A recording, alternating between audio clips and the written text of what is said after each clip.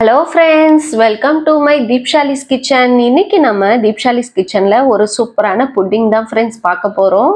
எப்பவுமே coffee chocolate சாப்பிட்டு போர் அடிக்குதா? வாங்க இந்த மாதிரி ஒரு டிஃபரெண்டா நம்ம ட்ரை பண்ணலாம். இது சாப்பிடுறதுக்கு அப்படியே காஃபி சாப்பிடுற மாதிரியே இருக்கும். வாங்க எப்படி செய்யறதுன்னு பார்க்கலாம். ஃபர்ஸ்ட் ஒரு பவுல் எடுத்துக்குங்க. அதுல இன்ஸ்டன்ட் காஃபி பவுடர், நம்ம நார்மலா சன்ரைஸ் பவுடர்லாம் வாங்குவோம்ல, அந்த காஃபி பவுடர் ஒரு 2 டேபிள் ஸ்பூன் சேர்த்துக்குங்க. அது கூடவே சூடான பால், வெதுவெதுப்பா நல்லா சூடான பால் ஒரு 30 ml அளவுக்கு ஆட் பண்ணிக்கோங்க. ஆட் பண்ணிட்டு கெட்டி இல்லாமல் நல்லா மிக்ஸ் பண்ணி எடுத்துக்கோங்க இந்த மாதிரி. இப்போ இன்னொரு பவுலில் ஒரு 3 டேபிள் ஸ்பூன் அளவுக்கு கார்ன்ஃப்ளவர் பவுடர் ஆட் பண்ணிக்கலாம். இது நீங்கள் ஜெலட்டின் பவுடர் வச்சு செஞ்சு பார்க்கலாம், இல்லைன்னா ஜெல்லி பவுடர் இந்த மாதிரி கூட நீங்கள் ஆட் பண்ணிக்கலாம். நான் இன்னைக்கு கார்ன்ஃப்ளவர்லேயே செஞ்சு காட்டுறேன்.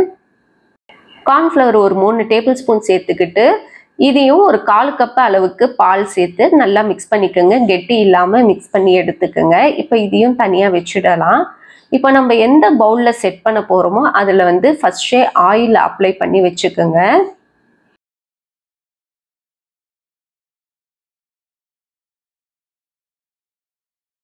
இப்போ ஒரு பேனில் ஒரு 400 ml அளவுக்கு பால் சேர்த்துக்கோங்க.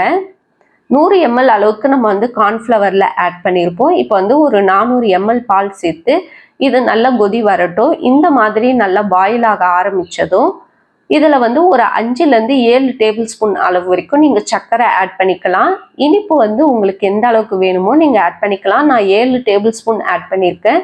இந்த இனிப்பு நல்லா கரெக்டாக இருக்கும். இது நல்லா சர்க்கரையெல்லாம் மெல்ட் ஆகிற வரைக்கும் மிக்ஸ் பண்ணிக்கலாம்.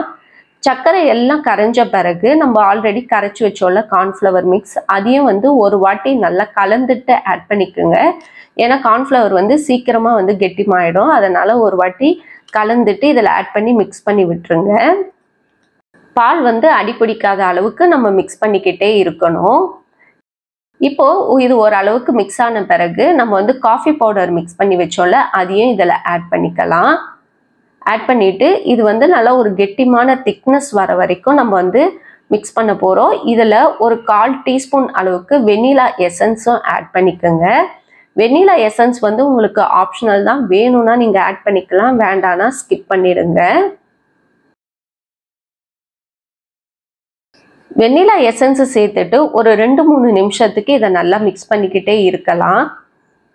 நம்மளுக்கே தெரியும் ஒரு திக்னஸ் வர ஆரம்பிக்கும். அந்த திக்னஸ் வரும்போது நம்ம கேஸை ஆஃப் பண்ணிட்டு இது சூடாக இருக்கும் போதே நம்ம ஆயில் அப்ளை பண்ண பவுலில் மாற்றிடணும். கொஞ்ச நேரம் விட்டிங்கனாலும் இதுலேயே இது செட் ஆகிடும், கெட்டிமாயிடும். அதனால நம்ம ஆல்ரெடி செட் பண்ணி வச்சிருக்க ஆயில் அப்ளை பண்ணி வச்சிருக்க பவுலில் இதை இப்போ ஊற்றிடலாம். பாருங்க, ஊற்றிட்டு மேலே எதனா லம்ப்ஸ் இருந்தாலோ இல்லைன்னா சின்ன சின்ன பபுள்ஸ் இருந்தாலோ அதை அப்படியே ஈக்குவல் பண்ணி விட்டுருங்க.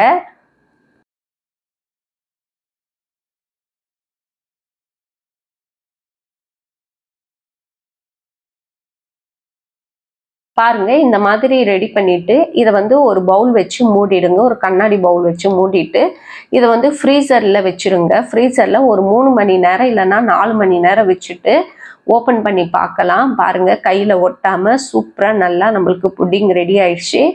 இது சாப்பிட்றதுக்கு அப்படியே காஃபி குடிக்கிற மாதிரியே இருக்கும். கண்டிப்பாக ட்ரை பண்ணி பாருங்க, ரொம்ப டிஃப்ரெண்ட்டாக இருக்கும்.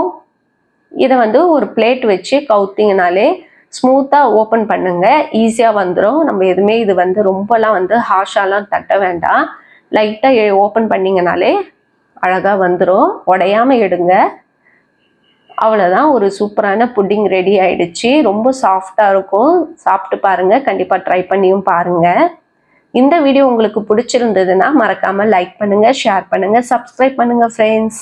இன்னொரு வீடியோவில் உங்களை சந்திக்கிறேன். பாய் பாய் ஃப்ரெண்ட்ஸ்.